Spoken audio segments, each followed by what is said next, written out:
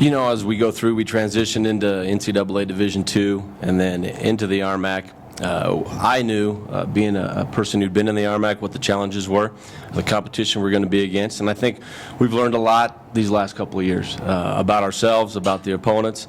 I know we're very optimistic. We've won everywhere and played, so the newness of that is kind of worn off. We've played at every field. Everybody's been at our place at least once. And so, you know, as we go in, we're looking forward to this season. And, you know, there's always things that we have that we need to work on and we're going to improve on, and we're looking forward to that. Coach, you opened at Montana State. I know it used to be we saw a lot of Division FCS teams playing Division II teams in the RMAC. Not quite as many as maybe we saw maybe 5 or 6 years ago. Why do you feel it's important to get a big test like that right off the bat? You know, we're excited to go up to Bozeman. I mean, you play on a team that's been a perennial power in the FCS division. They got a great atmosphere up there. They packed the stadium, and so it's going to be a great opportunity for our guys to go up and just see, you know, kind of where we're at, the strides we made in the offseason, the things we've made in these last 2 to 3 years of transitioning into NCAA Division II. I think it's great for our recruits and our players to go play at a place like that and see what a program, and when you got a stadium filled with 17,000 people, that's exciting for us, for our program, for our fans, for our boosters. We have a lot of kids from Wyoming, Colorado that are close to that, and so that makes for a great atmosphere as well. Coach, you started off the season not so hot last year, but you did win 3 of your last 4 games. So I got to imagine heading into 2014 that you want to remember those last 4 games as opposed to those first 7.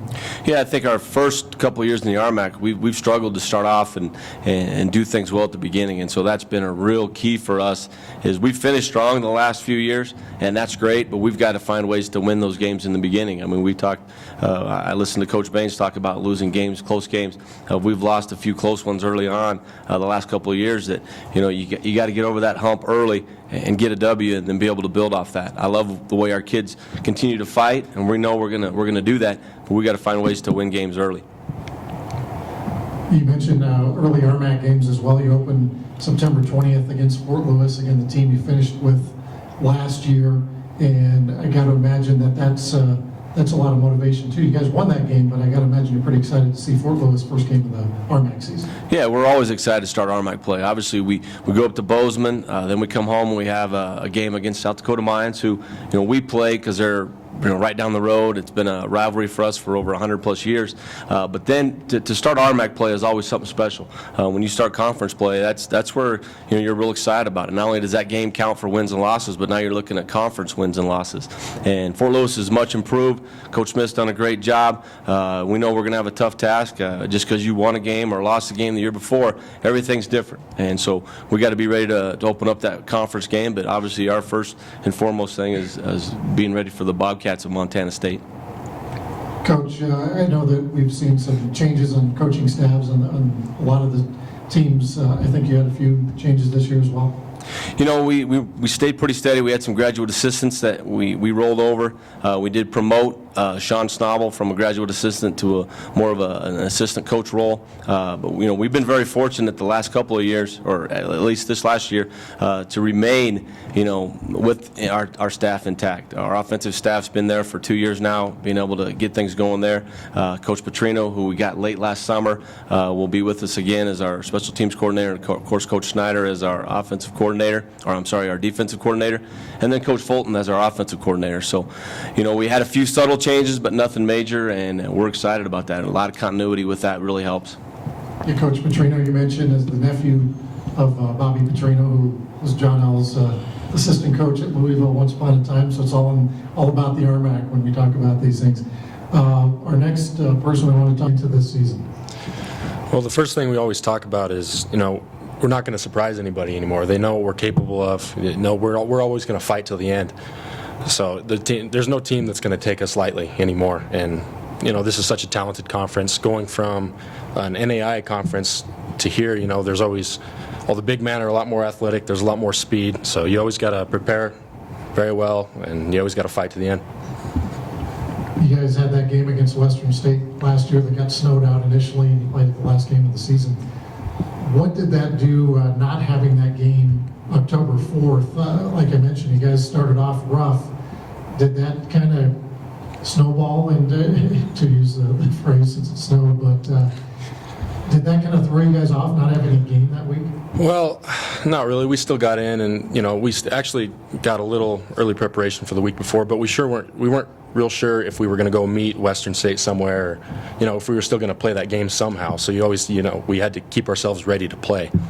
But I don't know. We were real excited to play that game at the end of the year. We wanted to hit that game for that last game of the year for our seniors, and I don't know. It was a fun one to play. Yeah, I would like to do that. I mean, we have good running backs, and we had some guys that redshirted last year coming up that are going to be really good for us. Trent Butler, the senior, he's a really good running back. We don't have any huge running backs, but they're all short and stocky, which sometimes I have to carry the ball. I kind of consider myself a fullback, but yeah, I mean, I would love to hand the ball off for him. Heading into your senior season here, we have 3 seniors on the panel. So obviously there's a lot of senior leadership on this team. Do you think that's going to bode well as the season goes along here? Yeah, I think it will. I mean, we have a lot of older guys, especially on the offensive side of the ball. I mean, that's kind of my cup of tea is the offense. So we have Luke, who's going to be our starting tight end, and most of our receiving core is going to be juniors and seniors. And our running back, I mean, we'll have the 2 redshirt freshmen, but Trent as the senior running back, and then our O-line should be pretty strong this year. We got Andrew Blaylock back. I'm very glad of that. And I think we should be pretty well off. Luke Whalen is the Yellow Jackets starting tight end, senior from Twitter for you. With your 6 touchdowns last year, are you expecting to reach double-digit touchdowns this year?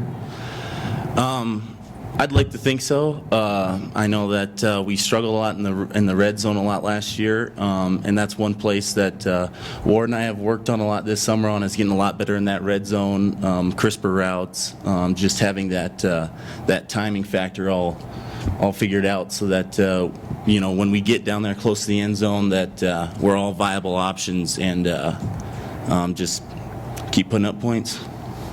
And being from the area there, and obviously you guys play South Dakota Mines every year non-conference, and they'll be joining the league in 2 years, as Commissioner Graham mentioned. It'll be after you guys have graduated, but what are your thoughts on South Dakota Mines joining the RMAC? I actually think it's a pretty cool deal. Obviously, they were one of our biggest competitors in the Dakota Athletic Conference, our old NAI conference. And since they're right down the road, it's just a really good rivalry to have to bring into the RMAC conference, just to kind of complete South Dakota, Colorado, and Nebraska schools. And it's they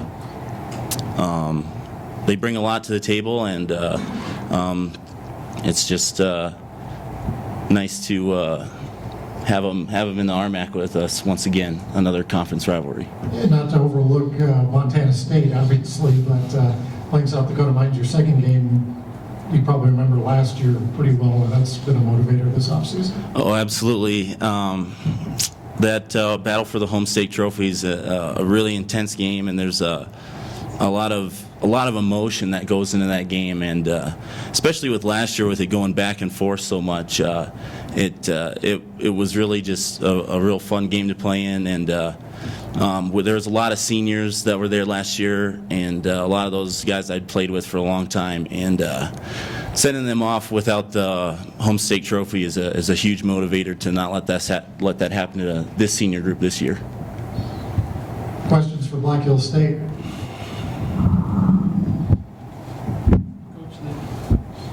Kind of isolated, but as RMAC, everybody's isolated. What are your summer numbers?